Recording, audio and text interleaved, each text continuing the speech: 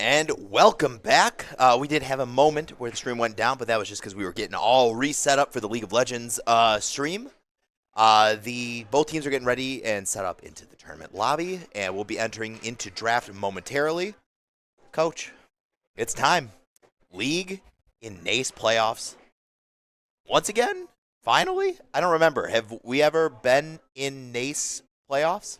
Historically, our league team has not played in NACE. We've been playing in CLAW in the spring and in leagues like ECAC in the past. NACE has actually had issues with League of Legends where they had to kind of scram it into a 2-week season. And so we only played one time, I think, in NACE so far. Okay. I don't think we made the playoffs. That was the last season. So this is the first time that we've made playoffs as a team, and NACE playoffs is a great thing to make it into, especially for League of Legends, which is a very, very competitive game. One of the most competitive in all of collegiate. Right, and so Oakland University playing St. Clair College, which is pretty close by, but they are in Canada. So Oakland is actually the 12th seed, and then St. Clair is the 4th seed, I believe. So 13th if you're playing the 4th seed. Sorry. See, that's why I brought the tournament organizer on board. Yeah. So somebody who's memorized bracket positioning is a little bit too much. That's right. But yeah, we're getting into draft here. We see that from the St. Clair side, banning out what looks like Aurora, Rakan, and Braum. The Braum pick is a very interesting ban just because that, in terms of where Shaggy plays his supports, Braum's relatively on the lower end of his prio picks. But the Rakan, that's definitely that's a Shaggy special.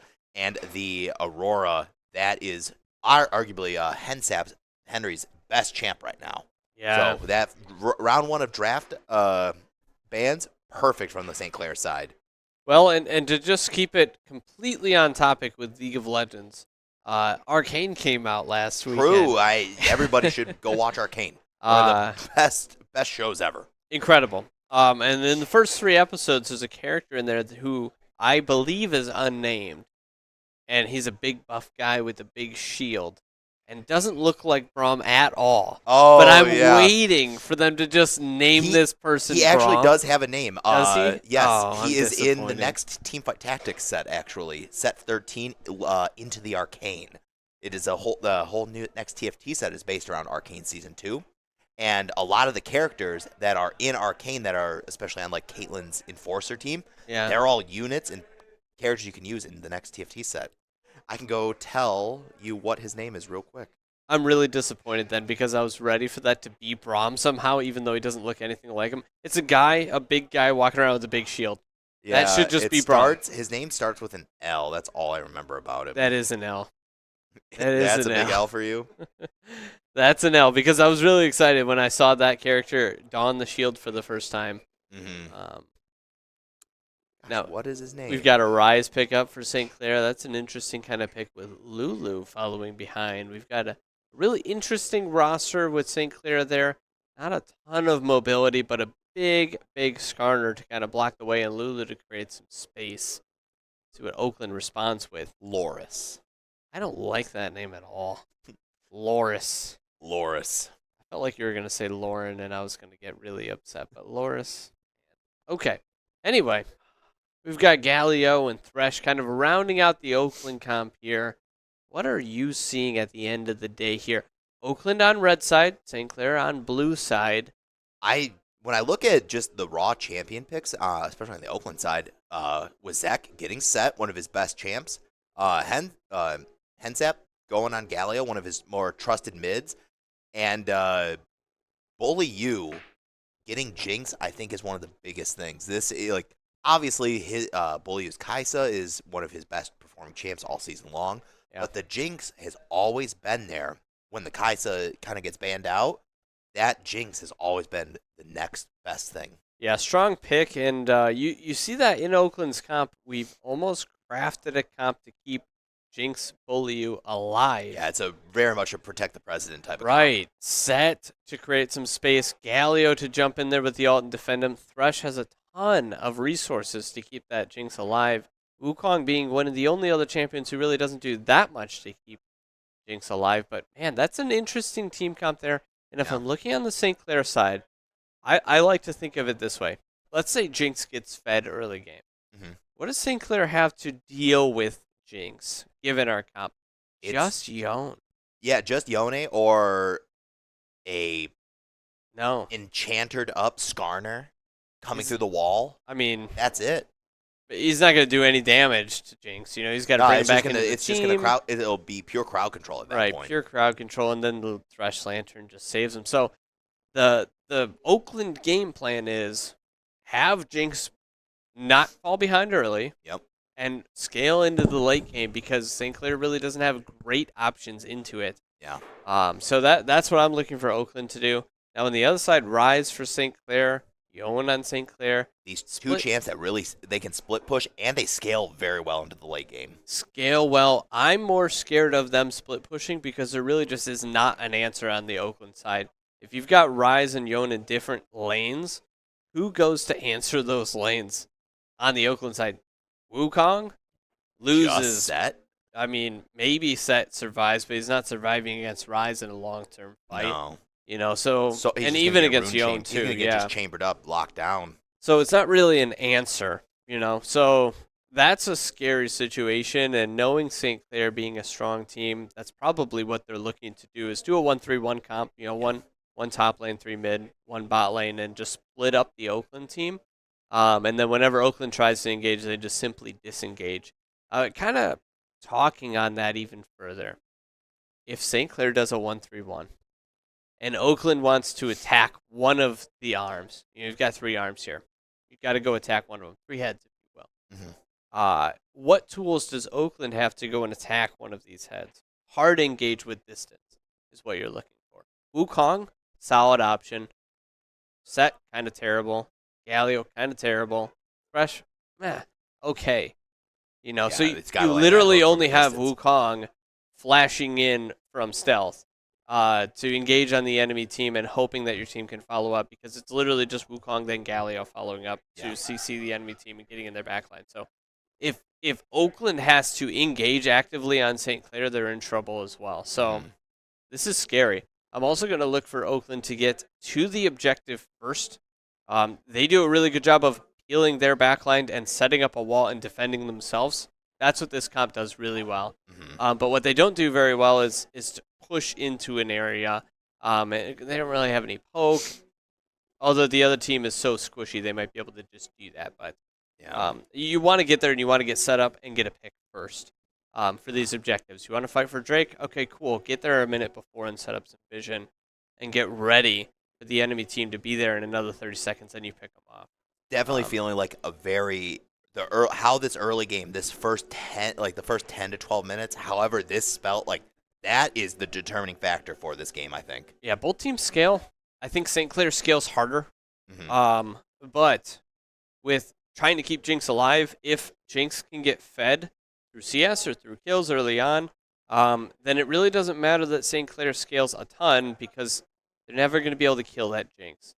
I can just imagine being the Yone player, even if I'm fed, if I have to jump flashing into the backline to try and attack Jinx, and a set Galio Thresh is trying to stop me, I'm not going to get anywhere doing that. Yeah. So we'll have to see how it goes. We do have a 3-minute spectator delay, so right now we've got 2:30 before the game actually starts, even though in real life they have started the game, and so we could peek through the curtain right now and see if they've gotten a level 1 kill. We won't do that. No. They also they put the wall up. They wanted the wall. They wanted to become in their own little world. But, I think while we wait for this quick little timer, we'll cut it to a quick break. And when we get back, guys, we will be on the Rift for game number 1 of St. Clair College versus Oakland University. Be right back.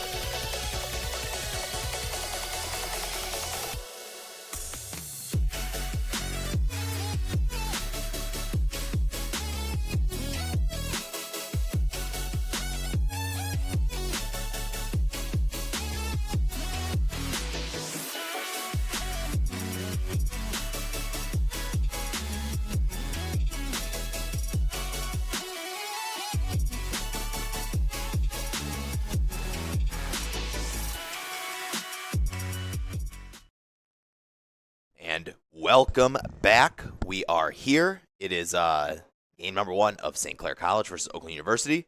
We are live and in gameplay, and we are seeing Wazek hanging out in the mid lane, doing a lane swap.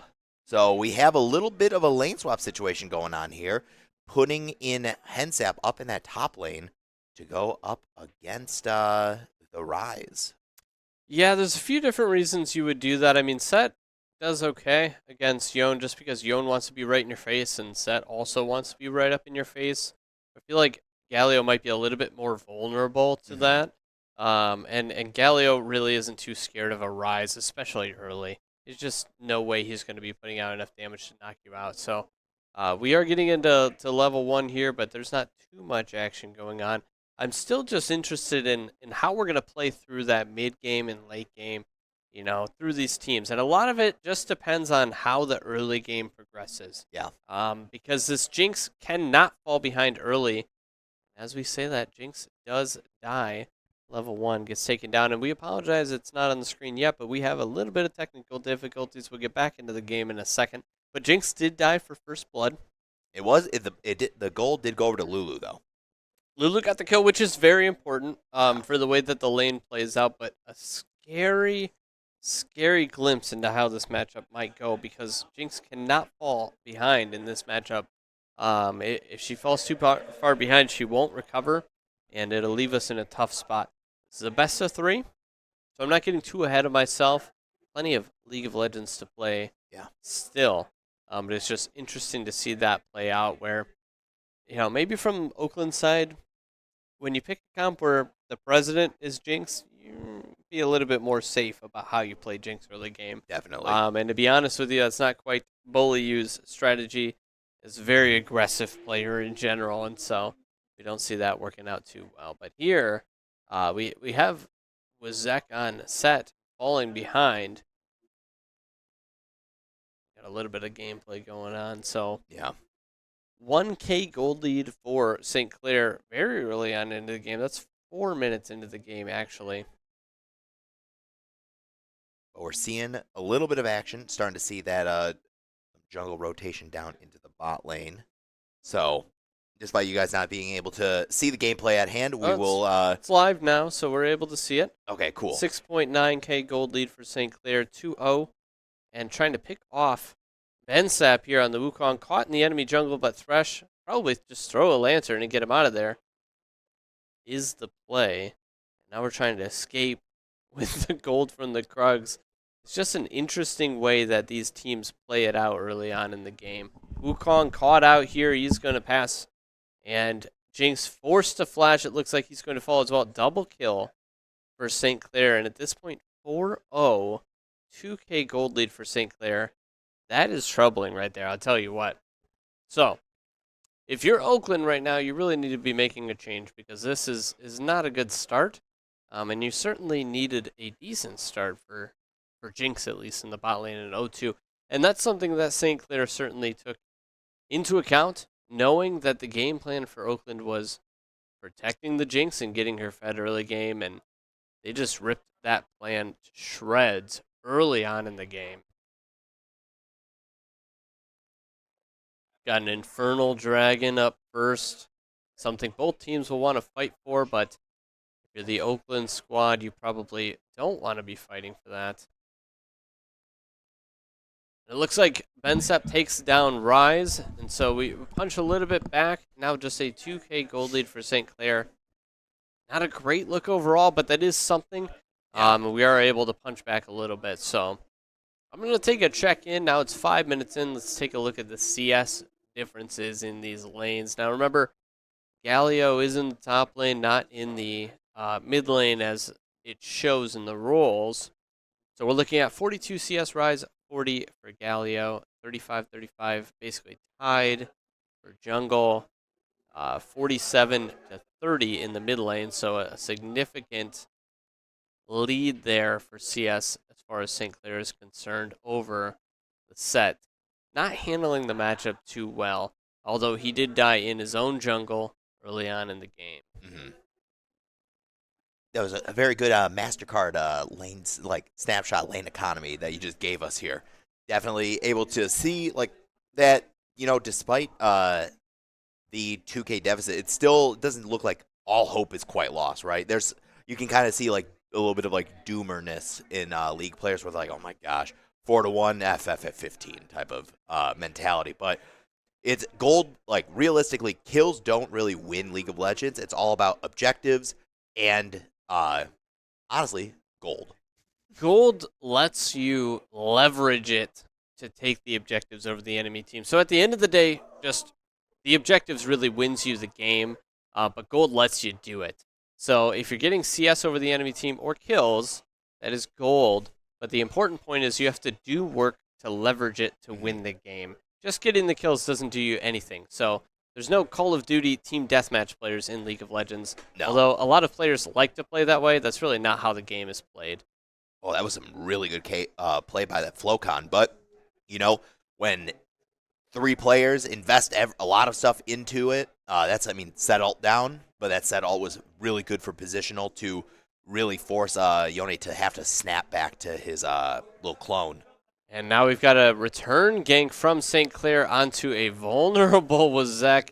Very low health, but he's trying to turn around and fight onto the Lulu. The Galio all coming huge. in. Keeps him alive for now, and a ton 2 for of 0. CC. And just like that, what was a growing upwards of a 3,000 gold lead now down to just 1,000. What a turn of play. That just kind of goes to show you the game presence and knowledge that Wazek has, where he's like, hey, if we all invest here, I know I can just spam all of my spells and I will stay alive and we will secure 1, at most 2 kills, probably for nothing. Wazek also an aggressive player, and so I'm not surprised that he tried to turn that around, but I am a little bit surprised that they turned that around and he was able to pull it off. So pretty incredible turnaround there from Oakland there. And I was going to comment, it was smart on Oakland to be able to gank the Yone, given at the time he didn't have flash. And so to send 3 champions mid toward a flashless Yone, he's pretty vulnerable. And a return gank here, Lulu, I don't know how effective that'll be. Just a little bit of chip damage thrown back and forth. But if you look at the map, there are so many champions on both teams just crowding around the mid lane, trying to gain control of the map. And that's because obviously the mid lane, right at the center of the map. And so if you can gain control through the mid lane through a gank, even if you don't get a kill, you can then invade the enemy jungle and get wards, vision, information, and push. And that's exactly what St. Clair's doing here. Gank mid, go to topside jungle, get vision. They know the enemy jungler's not there. Now we're diving top. And that is a big 3-man up there. Yeah, no real threat to that Skarner. So tanky. And with the Lulu available to shield them and even, well, not ultimate in that case, not level 6 yet. But so many shields available. And a return gank here. Going into the mid lane for Oakland, and a unfortunate flash from Bensap. He might die here. He does. But, that's going to be the return kill. It was a 1-for-1 in that mid lane. But being able to just shut down the Yone, I think, was kind of the bigger objective there.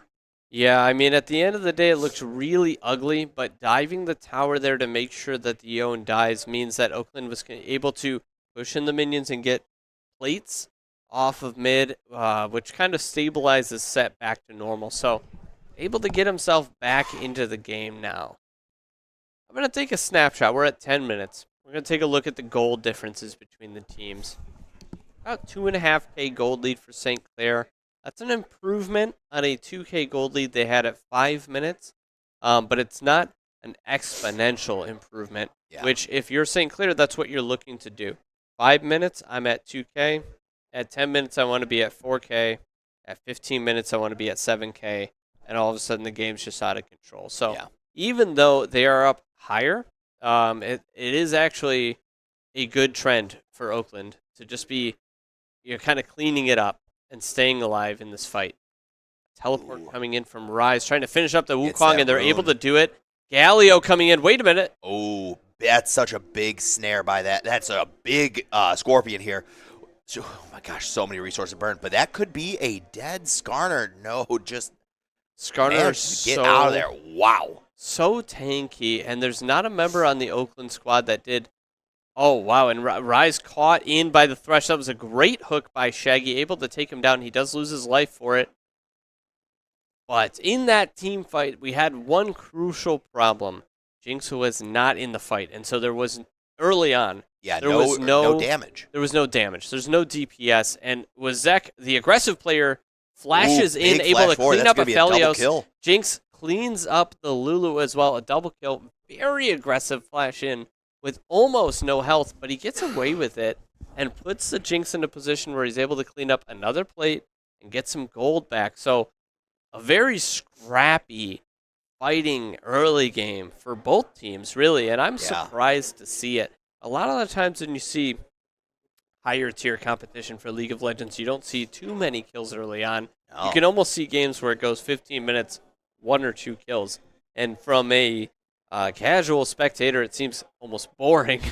Yeah. But that is a higher level of competition, and not to say that this isn't high level, it's just aggressive. Yeah. And I think it's the team comps that are born in here. They're both very aggressive early on, trying to make plays. Get to that point. They want to be able to hit their spikes early. Right. So Oakland able to get a second Drake at this point. That puts us in a good position to scale later. That's a big set all and a hook. That's a clean up in that bot lane. 2 for nothing. And a forced teleport coming in from that looks like Hensap teleporting in. Ooh, man. Okay. Oh my gosh, that should have been a dead Skarner. But that Yone's coming in. Yone gets hooked though. That's big. Yone. The set does fall, and Galio's trying to get out at this point. Jinx finally joins the fight, but it's a little bit too late. Skarner caught, but he's so tanky, he's not going to fall down. Rise pulling the Jinx out of the fight, telling her to get out of here. Almost loses her life as a result. What a scary fight for Oakland, and they almost got so much more out of it. But they were not able to secure more, and Yone's still out for blood, trying to take him down. Slow onto Yone and the snare. Big hook from Thresh. That should be an easy kill and clean up for Bully U. Now just got to watch out. That Lulu is looking pretty hungry herself. The support Lulu coming in and chasing off all the Oakland members because he had no health left. What an interesting end to the fight there. Zek trying to chase down the Aphelios, and he does get into melee range of him, but Lulu's there to save the day. This is scary for Zek. I don't know if that's the aggressive play we're looking for. No. He is going to fall at this point. There's so much damage over time coming out of Aphelios, especially with Lulu right there.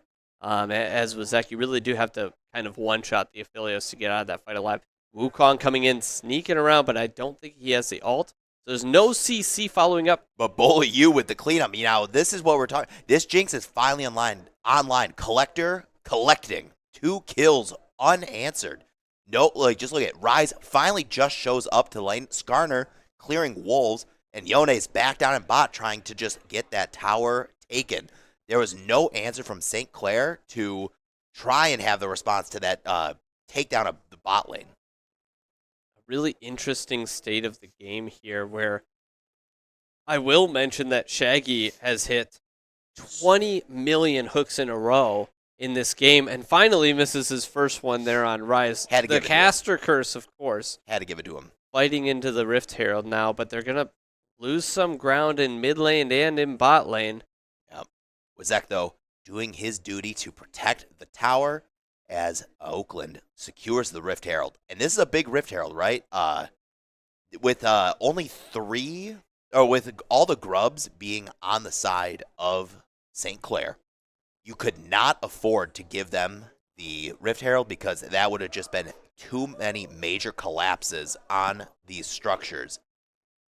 Oh my gosh, Shaggy was just narrowly missed that hook, which could have taken it from the Yone, but Realm Warps out and Realm Warps his teammate into the tower. An interesting. And gets Bully U with the tour. That's all right, questionable. Yeah, that was a questionable Rise ult there, and I don't blame the Rise for putting it down, but I think I do blame the Yone for getting in. Probably not the good idea. Wukong stunned the clone into the wall. That's probably not going to secure him, but we're at 16 minutes now. Yeah. Let's just take a deep breath, kind of look at the game state again. 16 minutes. I think we're approaching mid-game now. We're officially there. Yeah, scrappy as this game has been, you'd surprised that we're finally just in mid-game. It is wild that there are 31 kills in this game right now, but we are continuing forward. St. Clair, 34K gold, 4K gold up on Oakland. That is an improvement on the 2.5 we had mentioned at about 10 minutes. So that is that growth that you look for. Although they've lost 2 dragons, so Oakland has an opportunity to scale into the game, but St. Clair firmly in the driver's seat and able to push for the objectives and kind of charge the game their way. The Skarner is big. Very difficult to take down the Skarner at this point. You essentially need Jinx in the fight, and you need Jinx to live in the fight for a long time to take out the Skarner. And it should be a little bit easier now, right? That second item, Lord Doms, is online. So this Jinx is going to be able to shred through some of these tanks a little bit easier now, especially just having the item that is built to destroy tanks. But we have an explosion down here in this bot lane brawl. A current 3 for 0, 4 for 0, a potential ace on the Oakland University. That is it. What a crazy triple kill coming out from Skarner. Maddie looking incredible there. Yeah, very poor fight from Oakland there, and fight is probably the wrong way to put it. What really happened is they got caught too far up in that lane, and St. Clair just punished them correctly.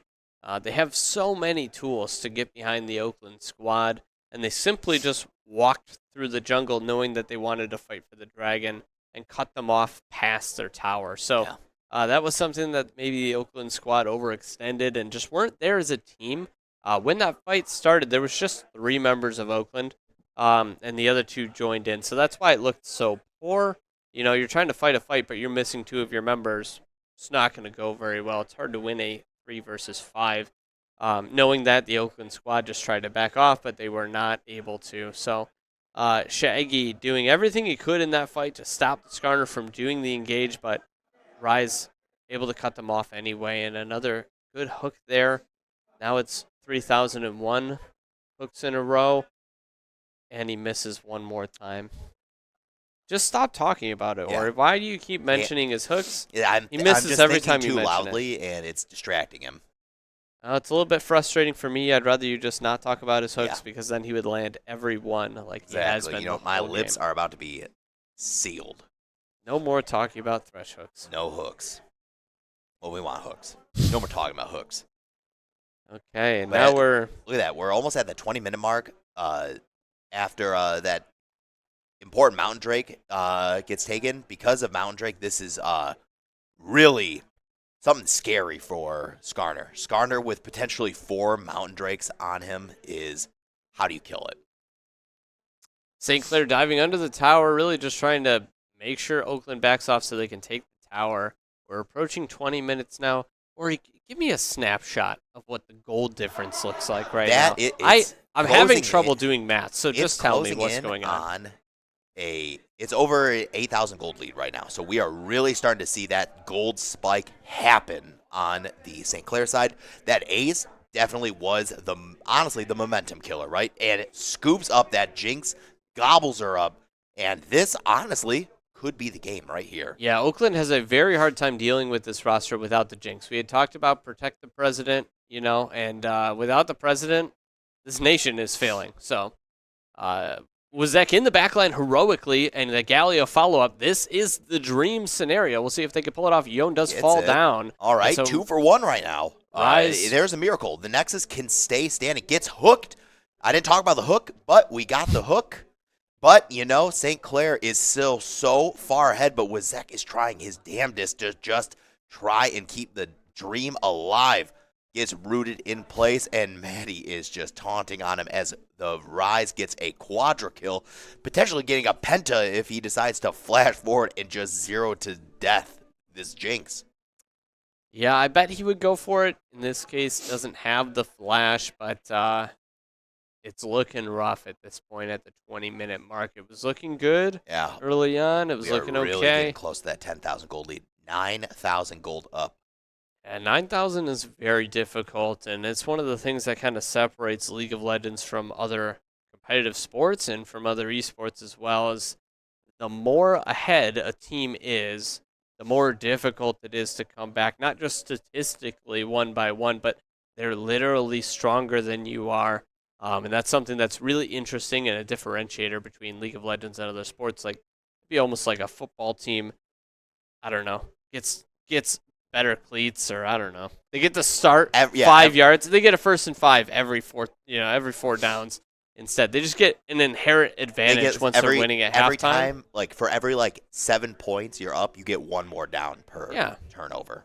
Yeah, I mean, just something ridiculous, and that's kind of what we're looking at right now. 9K gold lead, 10K at this point is ridiculous. That's a very strong lead for the St. Clair squad. Now, insurmountable, I would not say. Oakland is possible to come back, but we have to come up with a few good fights in a row.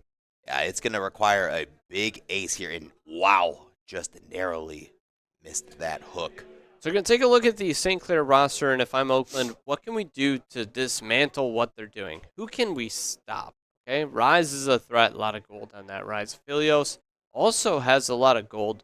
We need to take down one of these two members right away. Yone, you can, but he has less gold than the other members, so arguably it's better to take them out.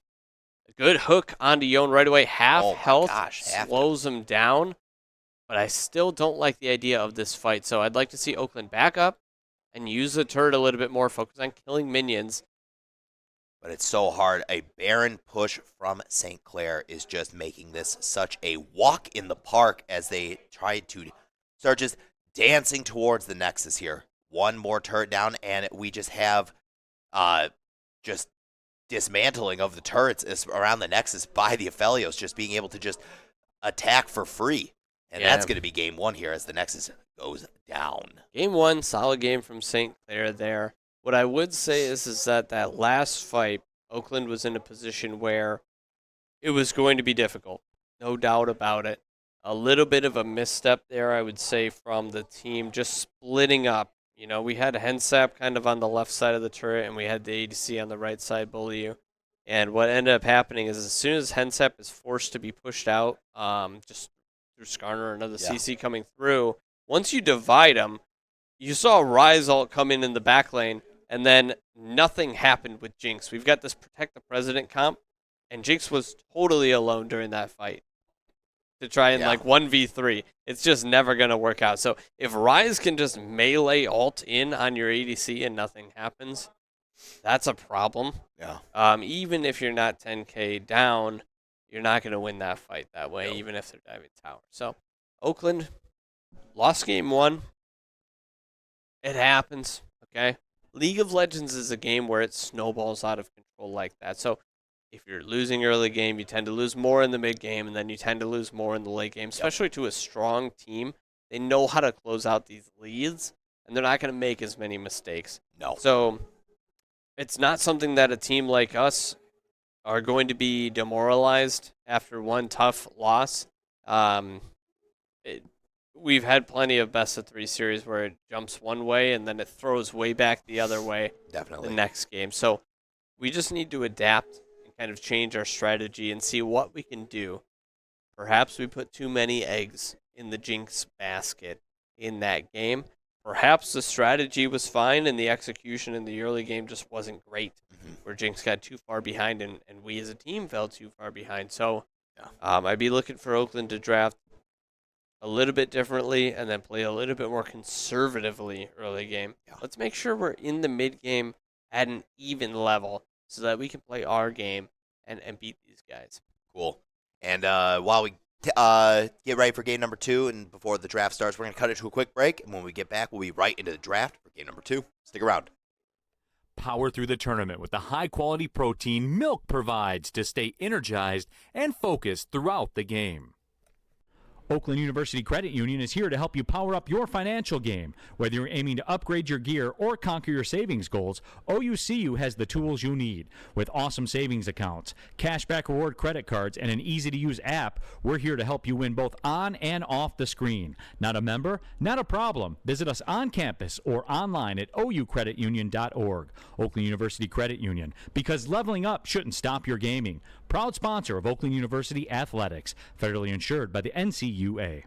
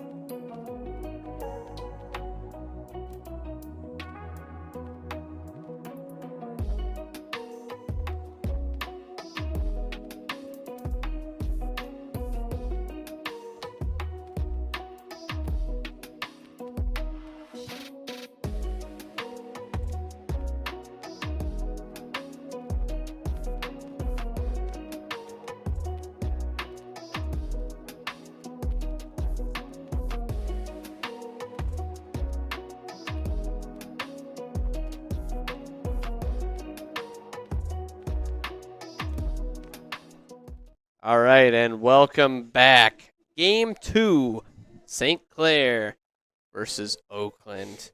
And we're on blue side this time. Statistically, the best winning side at Worlds was blue. And just a better color in general. True.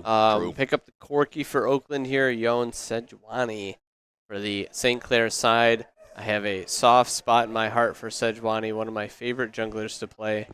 Corky, one of my favorite 80 carries. Such a cool mechanic. You can alt, Q, and then flash forward with Sejuani all at the same time.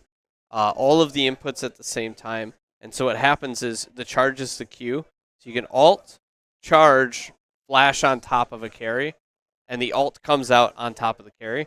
Oh, wow. Yeah. So if you wanted to, like, Malzahar alt the champion as Sejuani, you could do it if you had flash and they can't dodge it. That's crazy, Because you could literally flash on top of the champion from a huge distance. So it's really cool. A lot of players don't know about that because it's almost like the Gragas E flash. Yeah. But it's the Sejuani version of it with the alt. and not a lot of players really do it. But man, if you need to kill a champion, that's how you do it. Set your team up for success. So that's one of my favorite mechanics in the game. We'll see if St. Clair can pull it off. I don't know if they quite have the hands that talented Robert Morris University junglers had. True. But we'll see. Now, I do think we're seeing the Galio locked in here on the Oakland side. This means we are seeing this Corky go down in the bot lane. Oh, Galio, right up here. I'll go ahead and I'll assist you. Galio for Oakland, not a great showing in that first game. Okay. I think Henry's his alts were very good. I think the kind of the CC and just team fighting was there. The laning was a little bit bad, or not bad, right? It's just a potential outclassing. Yeah, it was a little bit rough. And I think with switching to a champion like Corky for this bot lane, you are not putting all the eggs in one basket, just like you said. Right, and Renekton too, really aggressive top laner, and you're saying, hey, we're going to have less CC than we had last game, at least coming out of the top lane. We have more opportunities for Zek to kind of flex a little bit and take advantage of his own lane matchup, so we'll see how that goes. Although I'm not sure about the Renekton Cassante lane. I don't think I like it for Renekton. Yeah, potentially not that good. I think that Cassante might, they're both relatively mobile top lane, they're bruisers. So they are going to be, it's going to be a scrappy top lane, just kind of like what you like to see for Wizek. Wizek really loves these aggressive playstyle champs up in that top lane. He sure does. So giving him something like Renekton going into something like Cassante could be fine. Now you've got these big tanky champions. Sejuani, Cassante so far. Two of them, very tanky. The Oakland side, you don't have too much to shred them. Corky's okay. Zyra's a good answer to deal a lot of damage over time and percent health damage. That's a great answer for those kind of characters. Just to keep them at bay, but then deal a ton of damage specifically to tanks. So I'm glad to see that picked up. I was looking for something that would actually answer these mega tanks.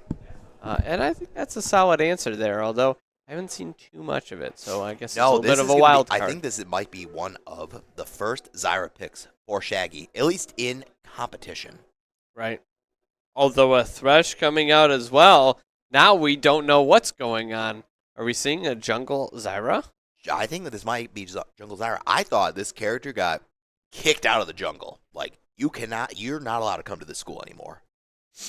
Nobody gets kicked out of this school here, but not in the School of Summoner's Rift. Jungle Zyra. This will be interesting to see what happens here. I don't like it. You don't like it? I don't. Just my honest reaction right away. That's scary. Although, what I would say is that if Jungle Zyra is on the map, I'd be a lot more worried if the enemy jungler was some kind of assassin like a Kha'Zix or something that can just come in and kill this champion over and over. I'm a little bit less worried about Sejuani coming in and assassinating my Zyra. My teammates will probably show up before that I don't even happens. know if there's anything that's even in Sejuani's kit that could 100 to 0 somebody. Sejuani with a red buff could kill Zyra 1v1, but it's just going to take forever. That's what's going to happen. It's going to take a while, but he'll win the 1v1. It's just going to take forever. So the enemy team will show up. Galio will be there. Thresh will be there. Whoever's nearby. So I'm not as worried, but Kha'Zix literally just one-shot Zyra if that was the case. So I'm happier about that. These team comps here, you got Kog'Maw. This is tough.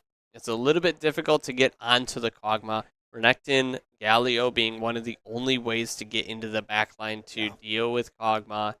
And some pretty beefy tanks in the way with a lot of CC to peel off of.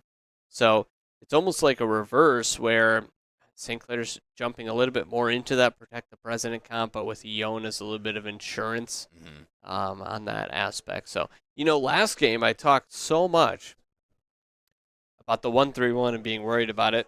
Turned out it didn't matter because by the time we got to mid-game, late game, St. Clair was really far ahead. So I'm not going to talk about 1-3-1 in this scenario at all, although I think also St. Clair has the lead in that scenario. Renekton being probably one of the only champions who could deal with a Yone split push. Yeah. Should be interesting.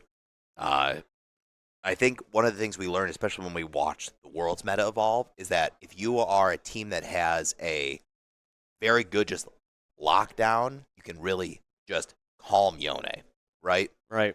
You see a Galio taunt, Zyra snare, Thresh hook, Renekton just empowered W into auto attack.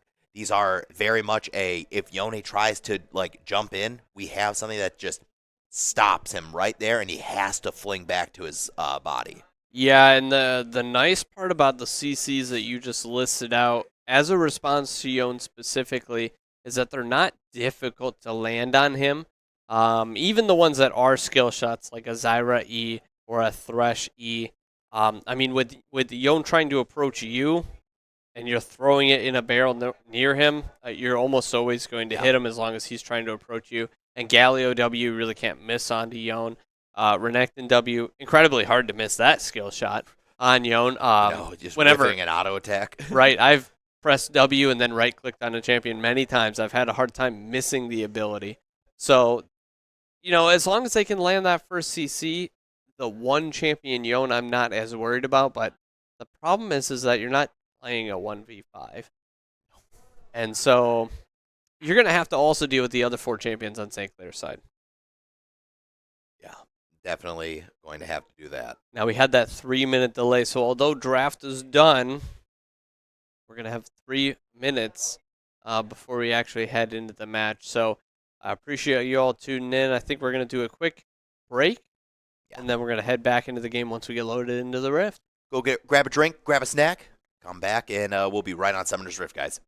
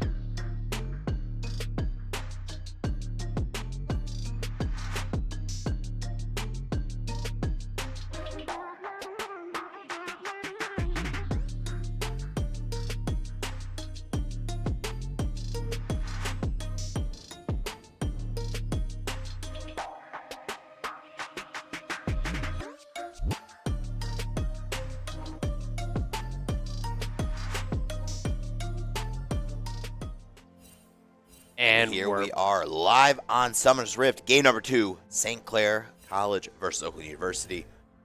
It's do or die here for the Golden Grizzlies. Can we keep our playoff dreams alive and make what is probably the miracle upset of the entire tournament? Now, I'll give a gold recap. We're at 130 right now. This is the best it's looked all series so far. Tie game, 2.5, 2.5. Great job for Oakland keeping that gold lead. We're going to want to keep that or extend it into a lead, possibly. That would be my strategy, but hey, I mean, I'm not out there playing. Easier for me to say from the microphone. So it did look like we do get that lane swap again with Zek moving into that mid lane to combat against the Yone. Arguably probably a better chance.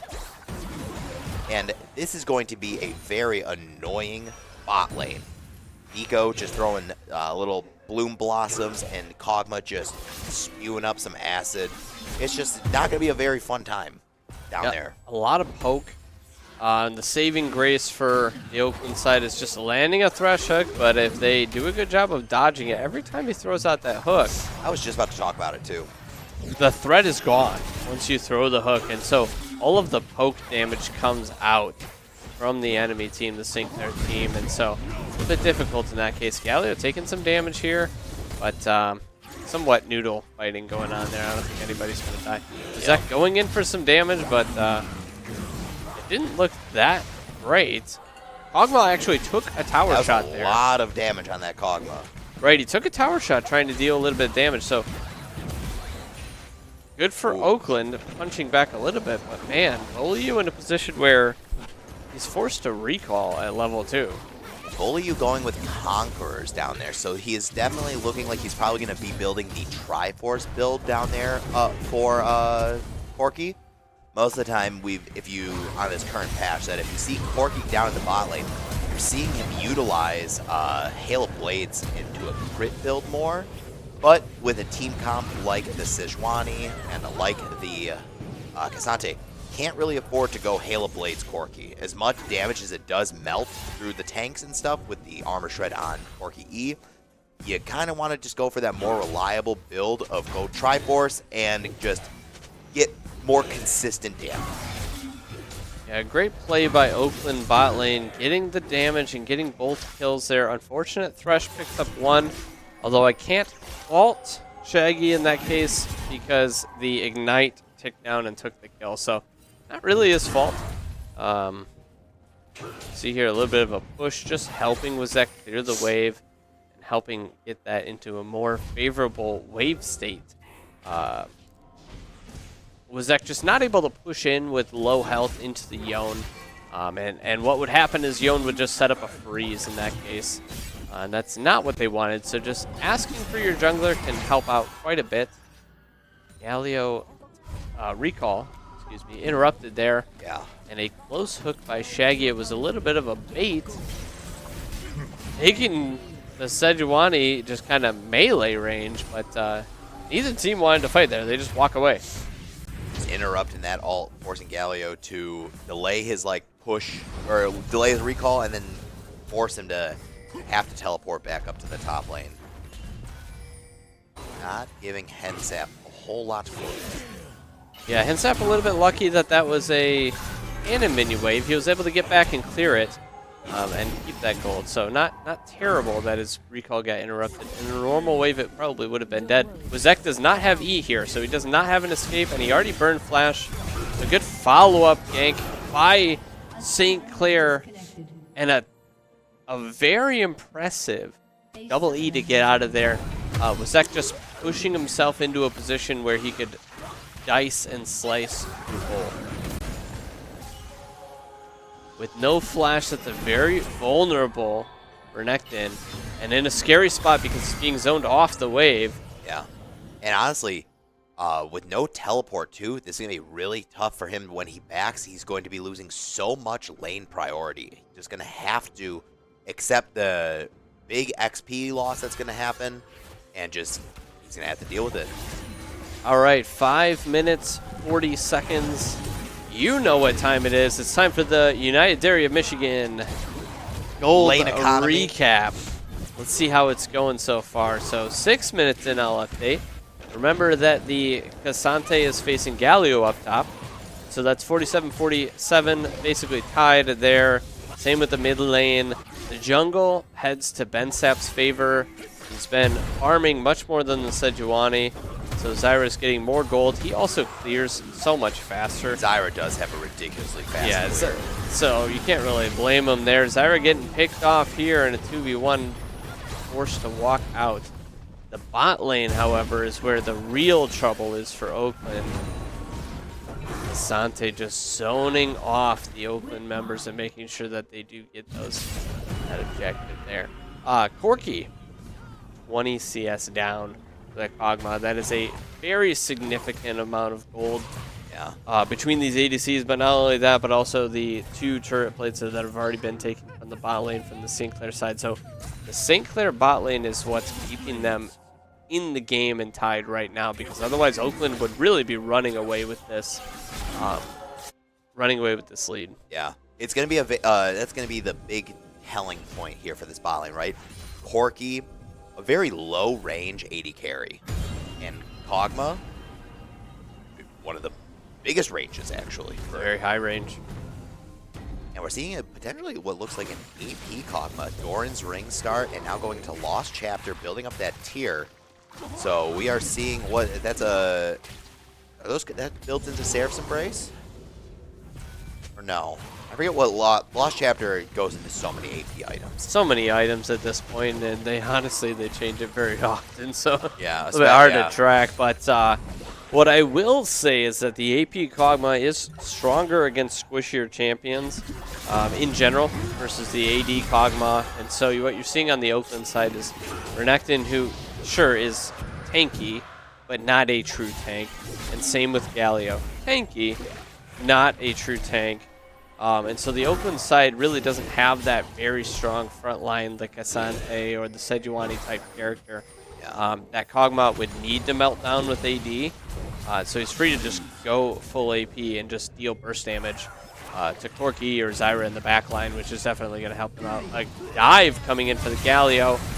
Nice stun from Sejuani, and just no chance for survival there. Sejuani, I don't think Sejuani burned her all there, but the Pop Blossom from Vigo did come out. That is a pretty good ult to have burned. If you're Oakland, it's something that you do love to see, because with the Pop Blossom gone, that's a double kill for Wazek. Honestly, the man's about to be an angry crocodile getting that triple kill. He's not the crocodile hunter. He's the hunter crocodile. A fantastic response from the Oakland side. Triple kill for Renekton, or Wazek on Renekton. And Zyra with the 1v1 with Galio all coming in, going forced to ult out. 2 ults for 1 ult is actually worth it for the St. Clair side. The flash following Corki there. Hopefully he can survive under the tower, but I don't think that that's going to be the case. So tough. Cassante is just the king of scrapping. He is scrappy. Sap narrowly escapes that. He almost got the kill. Flocon with an incredibly timed flash there, dodging the Galio Q. The one piece of damage that would have certainly taken him down. Able to dodge it here. Let's see if Sante can be taken down. It looks like finally. It felt like 8 years. Sante finally falls. It was a long time. I've grown a full beard since. I'll plan to shave it hopefully before the end of the game when we get back to the caster camp. So, 10 minutes into the game now. It's been just as scrappy as the first one, but it's been going more in Oakland's favor this time. At the 10-minute mark, we are the ones that are up 2,000 gold. We're up 2,000 gold at this point. There is a dive coming in for Renekton, and Shaggy just X-flashed over. A little bit of a precarious situation for him. Bully forced to jump out. So unfortunate. Shaggy with another incredible hook, and he's flashing the badge of the emote at the enemy team, just showing them who's boss. Honestly, St. Clair, they're the first guys to start doing little dancey dances and throw out some taunts. So it's about time that Oakland kind of, once they've got the momentum, right? They get to kind of be like, hey, look at this. It was blue side diff all along. Yeah, I think this is a really scary situation for Zyra. 0 mana, so there's literally nothing this champion can do. think that was a misplay, I would say, from Ben Sapp. Should not have been under that tower. Oh my gosh, Sejuani double ult ult. committed. Oh, but that is going to be a kill for Renekton. Oh, but Bully gets the kill there, actually. Oh, good taunt into E for Galio. Going to get it. Good damage. It's going to force Sejuani to get the heck out of dodge. I think Sejuani could be caught here by Galio. His EW is coming up. Not quite. Oh, that whipped hook is actually, I think, what's going to force a net neutral here. Everybody's just going to accept. Oh my gosh, was Zek going a little greedy. A little too greedy. Oakland feeling good about the fight so far, but that was an incredibly greedy. Oh my gosh, Bully, you just whiffing his ults, every single one.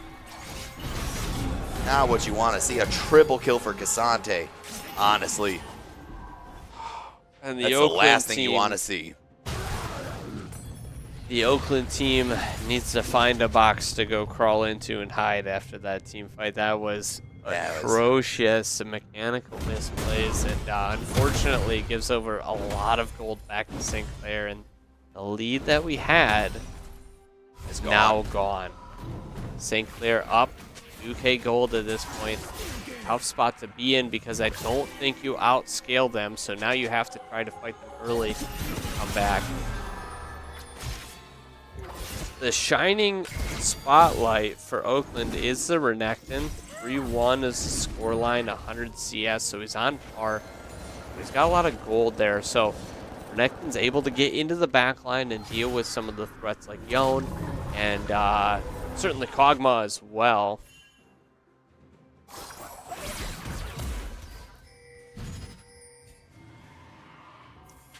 Dragon fight potentially coming in.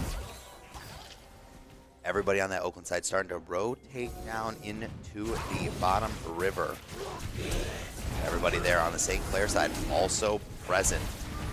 Both tanks for the St. Clair College team is there, and that is a destroyed Sejuani, or a absolutely demolished Thresh.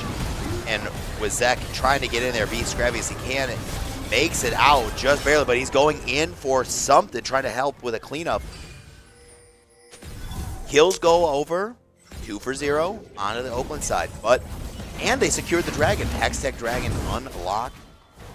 Yeah, Ben Sapp able to get the smite throughout that fight. He stayed in the pit and kept damaging Dragon, and was able to smite it and secure that dragon. Galio Huge with max the engage. It's that should be a dead Kog'Maw. Do they have the damage? That's the question, because Kog'Maw has to die. He surely does, but I think Galio will also fall. Whoa.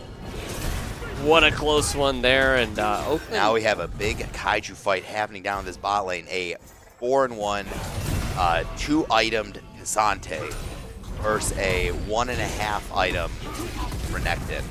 That Cassante all just comes in clutch to get him out of there. Oh, okay, hold on. We could be cooking. We are no longer cooking. The kitchen's on fire. Corky, gotta hit these ults. It is so important. Got unstoppable. Double kill. Cassante is he gets it. Oh God, how do you kill this guy? What a scary. Oh my gosh. Okay, big shutdown actually. Major shutdown. Some misplays across the board there, and a little bit of overcommitting, and you know you're in a position there. Let's say Shaggy, you're in that fight on the Thresh. Almost no health, and he's leading the pack trying to chase down the Cassante. Yeah, I think that might have been a little bit over ambitious. Should have been backing up and baiting a little bit more, knowing that Cassante was pretty dead to tower in the Corki. But either way, a really scrappy game here. Back and forth and back and forth and back and forth. 15 minutes. Time for another milk update. United Area Michigan, milk. Let's Lane check out the economy gold. snapshot. This time we're not going to go lane economy because we've now moved into the mid game, but we'll take a pause for that. Galio in trouble here. Yone forced to go back. Galio barely living in that scenario. But this whole time we're doing all these fights, what has St. Clair been doing? Split pushing and getting objectives. They're just taking down towers this whole time. So St. Clair has 3 towers down already. Oakland has none. So although we've been doing well in the fights, we're not winning the game. Bully gets a kill there. Pop Blossom flashes out immediately. That could, those Raptors might actually get it, but nope, the aggro goes right towards Zyra. Zach just trying to mess with the Cassante, but I don't know, he seems like he's just playing with fire, actually baiting for the Zyra in this case, but man, what a scary game state this is for Oakland because we don't scale. Big Zyra Q. Burns the ult, but you know, I think Zyra does not care. I think that ult's on a relatively easy time. Yeah, it's really not a problem. You want to use it to just make sure that these kills go over. Ooh. Bully on a killing spree now. Honestly, one of the quiet killers of this game on the Oakland side has been Bully now finding himself at 6-2, building up that tier, so he's definitely looking to rush and get into that Muramana as fast as humanly possible. So this Triforce Corki build is on lock. Mana Zane on, oh no, Muramana is built, going to try and get that Mana Zane. With Zach in the bot lane, the Renekton takes down the first tower for Oakland. We Quick finally little fought. injection of gold, but just like that, Ace, that's a dead Zyra. Yeah, not getting out of that one. Nope. Not getting out of that one. So St. Clair answers with a kill, a little bit of vengeance, but that's what I want to see more of Oakland. Renekton is strong. Put him in a side lane. Let's get some towers because we need the gold and we need the pressure.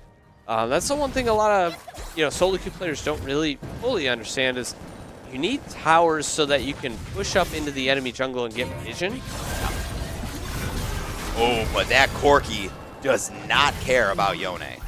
Yone with the very aggressive ult in and Bolyu able to dodge it with a W to the side. And if Yone doesn't hit that ult, he's very committed and just gets blown up right away. That's a fed Corki. Again, It is a sleeper. very We've been talking about that being a sleeper in this game. Not really noticing too much that Corki's fed, but guess what? Corki's got 7 kills right now. So, a lot of gold on that champion. 7 kills, 2 full items. About to see a upgrade to his item come in here very soon. Only missing about Teleport. 30 more procs to it.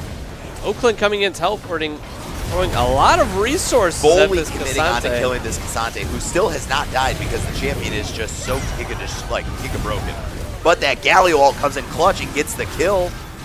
2 for 1 right now, but that is a shutdown on Corki, so their consistent DPS is gone. So right now it is all on Zyra to try and get that burn. The damage over time, like we were talking about in the draft, damage over time is going to be how you get through those monstrous tanks on this St. Clair side. Boom. Wow. Really interesting scenario there. Looks like we're getting a quick little double audio layer right now, so hearing a little bit of reverb, that is oopsies. Yeah, that's not the audio you want. That's like the cursed audio is unlocked. Right, and this is so much better now for my ears, and so we'll What would you have rather heard? More of that audio, or like some crying kids at 3 in the morning? at least crying kids at 3 in the morning I'm used to, and so that's more stomachable. That noise there I was not used to, so short term I'd rather take the crying kids, long term I'd rather have that. I feel like I could sleep with that going on. It's become some crazy white noise, actually. Right, not a problem. I could put that in my AirPods and fall asleep with that going on compared to crying kids, which impossible. Yeah. St. Clair. It looks like a free ocean here. Free ocean. Dragon. And honestly, it feels like the Dragons are very much being pro St. Clair College's team comps, right? You had the Mountain Dragon souls to make that Skarner in Game 1 live forever, and now you have an Ocean Dragon just making it impossible to have those two make it out of a fight with the Skarn or the Cassante and the Sejuani. If they make it out of a fight, they're just gonna get healed up real fast. A great pick there. Bensep actually flashing forward on Zyra, which is a bold move into the Yone, knowing that Yone would be in a dangerous spot if he tried to engage, but he does not. Tries to run and actually dies as a result. So Oakland up in kills, up in gold. We're up 2K gold, but it doesn't mean anything on the map. And that's what really worries me is we need to be able to find ways to convert these kills into objectives. If you don't do that, you never win the game. No. Oh, my Another gosh. pick. This time, we take it down. We're in a position where maybe we can go take a mid tower, but it looks like Ooh, that Galio all got canceled. Kelly all canceled. Renekton in a really bad spot. Definitely Good. going to die here. Dodge is out on that Q, but does not matter. That Cassante, monstrous. Yeah, and St. Clair, as I had talked about, taking kills, taking objectives. They go get a kill, they're going to go take mid. Now they're going to go get Vision, probably near Baron, so that after the next fight they can just go take Baron and have Vision already set up in that jungle. So this is a tough spot to be in for Oakland.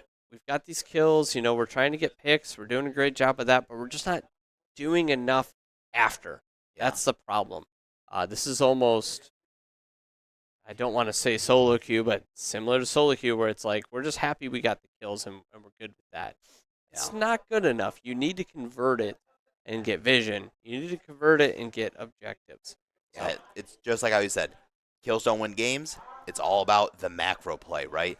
We're seeing a 5-kill gold. It's a 5-kill difference, right? And the gold is relatively tied, but it's all about those objectives, right? 2 dragons on the side of St. Clair College, 5 turrets to Oakland's 2, and the 2 void grubs. So, given if Oakland is ever able to get to a point where they can start pushing these lanes, they've got void grubs ready to actually help perpetuate it.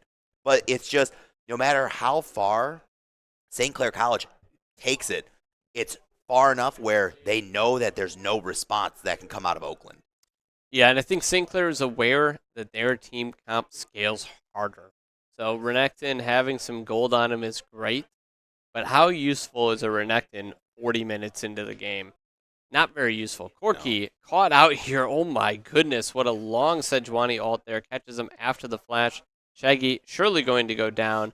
And Bensep is just trying to deal some damage, but probably not die here would be the objective. Renekton jumping into the fight, trying to assassinate the Kog'Maw, is able to do it, but I don't know what else he'll be able to do. Not much. Zyra able to come in and help and Cassante chip away. teleporting in from bot lane when really didn't feel like you needed to do that, actually. I think Cassante could have just stayed in that bot lane and just free farmed it up. But, with this, though, this is going to be a Baron angle. St. Clair, honestly, uncontested. It's so free. There's nothing Oakland can do here for the Baron. They're going to try. If I was on the Oakland squad, I'd be walking mid lane trying to kill the tower. We do have a teleport coming in. Bulliu will join the team, and actually that will help.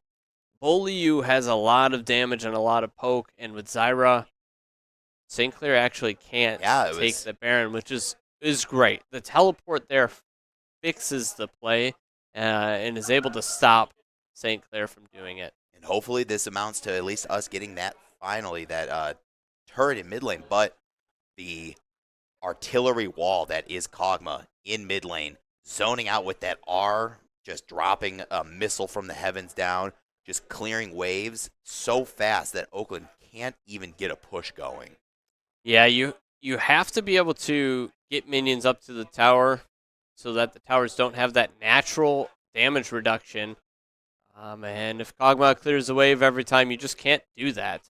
So St. Clair doing a good job of just staying back and understanding their team comp. Although this game looks more even, it is more even, but it looks scarier and scarier the more that time ticks onward. Closer we get to that 35, 40 minutes, it just looks worse and worse for Oakland, which the team really just doesn't scale very well. So we've got Dragon coming up here. Oakland's team comp has a hard time of engaging the fight. They'd rather already be there on top of the objective. So it's going to be important for them to find an angle to get in and then use Zyra to zone the enemy team. That's what they're trying to do here. Push in with the tanks, maybe grab a Thresh hook. But if Zyra gets picked off, it's going to be a really tough spot to be in. Cassante with the flank. Big. Oh my gosh, what is happening? What an incredible team fight engaged from St. Clair College. Oakland doing the best they 10 to throw damage out there, and a That's the Hail ace. Mary Kog'Maw ult over the wall, blind, hits the Zyra and finishes her off. So that's an ace, as you had said. Just losing one member on St. Clair and an absolute heartbreaker for Oakland, because what does that mean? Free St. Clair's a good team. What do good teams do when they get some kills? They're getting objectives. Not just one objective. Multiple. They're getting mid lane while they're taking Baron too. And that's the key, is they know they can't be contested on Baron. Cassante has no DPS for the Baron. So just send a mid and try and push to the inhib as well. Yep. Yeah, they just got the inhib tower, but that matters. The next time they win a fight, they can just end the game. Where if that tower is still up, sometimes that's not the case. Yeah, it feels like right now, right, we are just minutes away from what is probably the most deciding team fight of this game, right? Oakland either finds the craziest team fight of all time and is able to really truly turn this game around and put it onto their bring the ball finally to their court, or it's just the fat lady sings a little bit, right? Yeah, I mean, it's just such a tough look for the Oakland squad. When you really see what's going on here, Oakland still just has one tower down. What does that mean?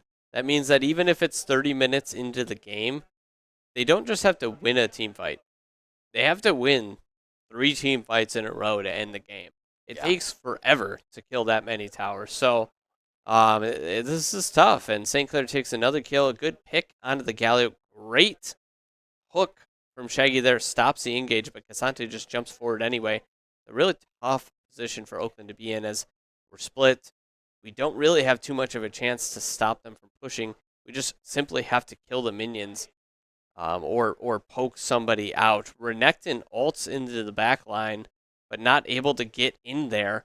And it's just going to get kind of picked off. Although Yone falls, and Renekton is onto the Kog'Maw now. But that Cassante, ever living. He just doesn't die, and that's a tough thing for Oakland to deal with, this impossible tank. Oh my gosh, that Kog'Maw range. All right, big shutdown here for Bully. Is that enough, though? Bully, though, is so weak, and having to try and combat the Cassante, the Sejuani, with such little health, you have to go back and just try and recover as much as you can from Fountain. That's going to be... Oh my gosh, Cassante somehow lived, and Cassante finally falls, but Sejuani does not care. Stuns up Bully, going to just take that kill himself. Cassante actually still lived. Right. What? Never died. Yeah. It's Corki and Zyra are the only champions that can really do anything to him, and even then he's so tanky, so fed. So the Oakland squad trying to defend their base, but it's very difficult as St. Clair does everything they can. Wait a minute. Oh my gosh. Hold the phone. The teleport from Kog'Maw, he'll simply throw an auto attack or 2 onto the Nexus, and he dies! What? Oh. What killed the Nexus? I don't know. Kog'Maw's passive can't do that, right? No. Absolutely not. Was there a minion throwing an auto attack when he I'm not died? too sure. That doesn't make any sense. I'm so confused. The one little caster minion tossing the auto attack out there, and as Kog'Maw dies, it just rains down from the heavens and finishes off the Nexus. That must have been what happened, because I don't understand otherwise. Unless Kog'Maw threw out the auto and then died, I don't know. Who knows? We'll never know. That's a mystery. Unless we go back and review the footage. No, there's no way to do that. Impossible. Actually, it would be. I think in this day and age, a patch this Wednesday. So in this day and age, it's impossible. You can't look at footage. There's no way. It's impossible. There's no way. So we'll just have to live with the fact that there's a mystery that will never be solved. Crazy. On the Rift here today, and a mystery that was solved was St. Clair versus Oakland. St. Clair takes it down 2-0. A close-fought series, hard-fought from Oakland. They really did throw their hearts at it, especially Game 2. Much closer, back and forth the whole time. The difference in the game was St. Clair's macro play was at a higher level. You could just see it that every time. When they got kills, when they did do that, they went and got objectives or they set up for the next objective. Oakland got kills, and sometimes we did that. Yeah. But St. Clair did it every time, and not only that, they got multiple objectives or they got multiple, vision for the next objective. So their hats off to them. They're a very strong team. And that is the end of the playoff run for the Smash, for the League of Legends team. For this fall. But I do look forward to seeing how St. Clair follows up in their playoff performance, because it's one of those things where if a team is going to knock us out, I want them to keep going. Win it. I want them to keep Win going it. and do well.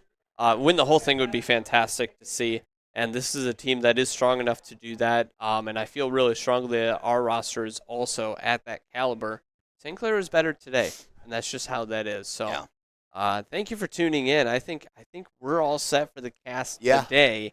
What do we have next? We just have Smash Brothers on Tuesday. Yeah, so we'll be back next week. Tuesday. A week from today, we'll be back with Smash B's round 2 of their playoff run, and then we'll be back again next Thursday with Smash A. So it's Smash Bros from here on out for the Oakland University esports team. Thank you for tuning in. We're going to head off. Have a great night.